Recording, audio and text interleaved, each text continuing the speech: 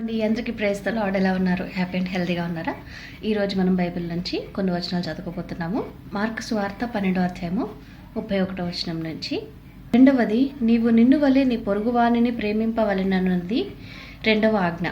వీటికంటే ముఖ్యమైన ఆజ్ఞ మరేదియూ లేదని అతనితో చెప్పెను. ఆ శాస్త్రి, బోధకుడా, బాగుగా చెప్పితివి. ఆయన అద్వితీయుడనియో ఆయన తప్ప వేరొకడు లేడనియో నీవు చెప్పిన మాట సత్యమే. పూర్ణ హృదయముతోనూ పూర్ణ వివేకముతోనూ పూర్ణ బలముతోనూ ఆయనను ప్రేమించుటయో, ఒకడు తన్ను వలె తన పొరుగువాని ప్రేమించుటయో సర్వాంగ హోమములన్నిటికంటెను బలుల కంటెను అధికమని ఆయనతో చెప్పెను. అతడు వివేకముగా ఉత్తరమిచ్చెనని యేసు గ్రహించి, నీవు దేవుని రాజ్యమునకు దూరముగా లేవని అతనితో చెప్పెను. ఆ తరువాత ఎవడును ఆయనను ఏ ప్రశ్నయు అడుగ తెగింపలేదు. దేవుడి వాక్యం ఇంతటితో దీవించిన గాక. ఆమెన్. ఒక చిన్న ప్రేయర్ చేసుకుందాం. మీరు కూడా ఏకీభవించండి.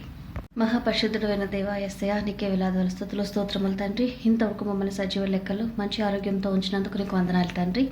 చదవబడిన నీ వాక్యాన్ని దీవించండి, ఆశీర్వదించండి. ప్రతి ఒక్క హృదయంలో కూడా నాటి ఫలింపచేయమని ప్రార్థిస్తున్నాం తండ్రి.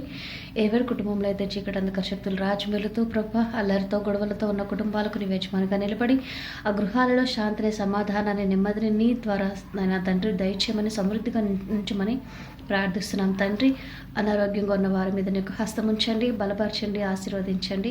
ఆయన సంపూర్ణ స్వస్థతను దయచేయమని ప్రార్థిస్తున్నాం తండ్రి. అప్పుల బాధలో కూరుకుపోయిన వారికి నీ యొక్క సహాయం దయచేసి నీ జ్ఞానం ద్వారా తండ్రి ప్రభా వారికి ప్రతి విధమైన నాయన తండ్రి ప్రతి అప్పును తీర్చుకోవడానికి కావాల్సిన సామర్థ్యాన్ని, శక్తిని, బలాన్ని నీవే దయచేయమని ప్రార్థిస్తున్నాం తండ్రి. ప్రతి ఒక్కరి మీద నీకు ఆత్మను కురుమరించమని, మేమందరం కలిసిన రాజ్యంలో చేరే వరకు కూడా మమ్మల్ని మేము తగ్గించుకుంటూ నీ నామాన్ని హెచ్చిస్తూ ఈ చిన్న ప్రార్థన యేసు నామంలో ప్రార్థించి వేడుకొంచున్నాం తండ్రి. ఆమెన్. ప్రైజ్ ద లార్డ్ అండి అందరికీ. Have a great day. God bless you all. By by.